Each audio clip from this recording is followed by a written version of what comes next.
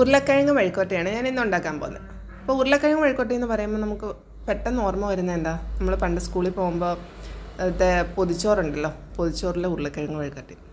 മിക്കവാറും എല്ലാ ദിവസവും ഉരുളക്കിഴങ്ങ് മെഴുക്കുവരട്ടി കാണും നമ്മുടെ പൊതിച്ചോറിനകത്ത്. അപ്പോൾ ഇന്ന് ഞാൻ ഉരുളക്കിഴങ്ങും ക്യാരറ്റും വെച്ചിട്ടാണ് മെഴുക്കുവരട്ടി വെക്കുന്നത്. അപ്പോൾ അതിനുവേണ്ടി ഞാൻ ഉരുളക്കിഴങ്ങും ക്യാരറ്റും കഴുകി വൃത്തിയാക്കി കട്ട് ചെയ്ത് വെച്ചിട്ടുണ്ട്. പിന്നെ സവാള നീളത്തിലരിയണേ, അപ്പോൾ അതിനൊരു പ്രത്യേക ടേസ്റ്റാണ്. പിന്നെ ഒരു പച്ചമുളക് എടുത്തിട്ടുണ്ട്, കറിവേപ്പില. എരിക്ക് അനുസരിച്ച് പച്ചമുളക് കൂട്ടി കൊടുക്കാവേ. ഞാനൊരു പാൻ ചൂടാക്കി എണ്ണ ഒഴിച്ചു കൊടുത്തിട്ടുണ്ട്, കടുക് ഇടുന്നില്ല കേട്ടോ.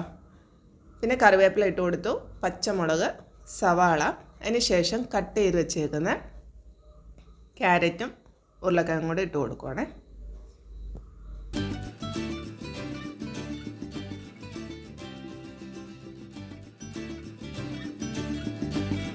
നമ്മൾ വെള്ളമൊന്നും ഒഴിക്കുന്നില്ല, ഉപ്പും കൂടെ ഒഴിച്ചിട്ട് നന്നായിട്ട് ഇളക്കി അടച്ചു വെച്ച് ആവിയിൽ വേവിക്കുക.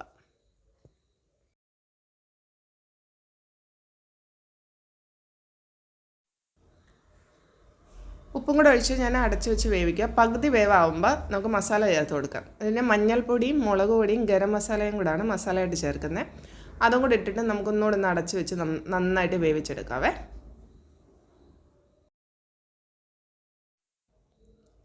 മസാലയൊക്കെ ഇട്ട് അതിൽ നല്ലതായിട്ട് പിടിച്ച് ഉരുളക്കിഴങ്ങും ക്യാരറ്റും എല്ലാം നന്നായിട്ട് വെന്ത് വന്നിട്ടുണ്ട്. ഇനിയിപ്പോൾ അടച്ചു വെക്കേണ്ട ആവശ്യമില്ല, നമുക്കിനി തുറന്ന് വെച്ചിട്ട് എന്താ പറയുക, ഒന്നുകൂടെ ഒന്ന് ഫ്രൈ ആക്കി എടുക്കാം. ആ ഗരം മസാല ഇടുമ്പോൾ വേറൊരു ഫ്ലേവറാണ് വരുന്നത്. എല്ലാവരും ട്രൈ ചെയ്ത് നോക്കുക. പിന്നെ വീഡിയോ ഇഷ്ടപ്പെട്ടിട്ടുണ്ടെങ്കിൽ ലൈക്ക് ആൻഡ് സബ്സ്ക്രൈബ് ചെയ്യുക. Thank you for watching.